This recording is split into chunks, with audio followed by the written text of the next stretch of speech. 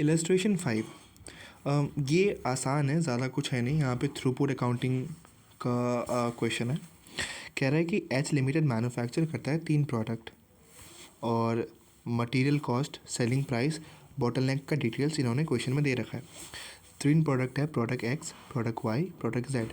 Selling price दिया हुआ है इन तीनों का, वेरिएबल कॉस्ट दिया हुआ है इन तीनों का, और बॉटलनेक रिसोर्सेज यानी जो टाइम लगता है वो दिया हुआ है यहाँ पे। ठीक है। उसके बाद यहाँ पे दिया हुआ है कि फैक्ट्री का जो टोटल कॉस्ट है वो 2,21,000 है और अपने पास जो टोटल टाइम अवेलेबल है वो यहाँ पे 75,120 है। एक यूनिट में यहाँ पे 15 मिनट लग रहा है। ठीक है। प्रोडक्ट एक्स के लिए, प्रोडक्ट वाई के लिए भी 15 मिनट और प्रोडक्ट जेड के लिए 20 मिनट लग रहा है एक यूनिट पे। और टोटल हमारे पास मिनट है कि हम इतना ही काम कर सकते हैं एक पीरियड में, इतना ही मिनट काम कर सकते हैं, इससे ज़्यादा काम नहीं कर सकते।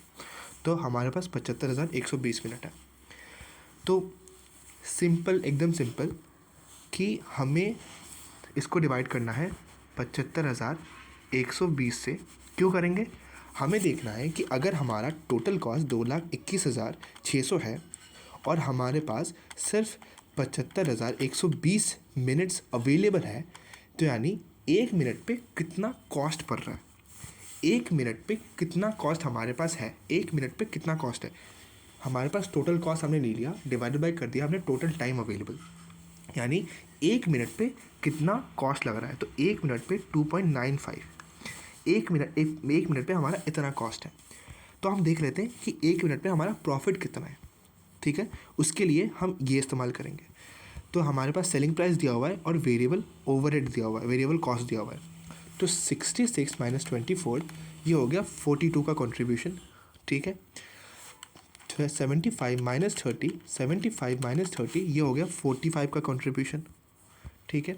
उसके बाद 90 ये हो गया 50 का कंट्रीब्यूशन, यानी 42 डिवाइडेड बाय 15। यहाँ पे एक मिनट पे हमारे पास 2.8 का प्रॉफिट है। एक यूनिट को बनाने में 15 मिनट लग रहा है और एक यूनिट में इतनी प्रॉफिटेबिलिटी है। तो अब हम देखते हैं कि इसको अगर हम एक मान लें तो ये कितनी प्रॉफिटेबिलिटी दे रहा है, यानी एक मिनट पे हमारे पास 2.8 की प्रॉफिटेबिलिटी है।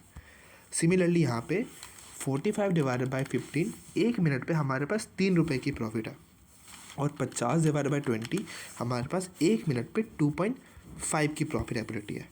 तो बस कंपेयर कर दो कि क्या एक मिनट पे अगर हमारा 2.95 कॉस्ट है तो क्या ये प्रोडक्ट सही है? बिल्कुल नहीं है, क्योंकि कॉस्ट से कम तो प्रॉफिट ही है। क्या ये प्रोडक्ट सही है? हाँ, ये सही है, क्योंकि कॉस्ट से ज़्यादा प्रॉफिट है। क्या ये प्रोडक्ट सही है? बिल्कुल नहीं है, क्योंकि कॉस्ट से कम प्रॉफिट है। तो ये हो गया आंसर कि हमारा बेस्ट प्रोडक्ट जो है प्रोडक्ट वाई है। यही है थ्रूपुट अकाउंटिंग। अब आपको बस इसको फॉर्मूला में लाना है।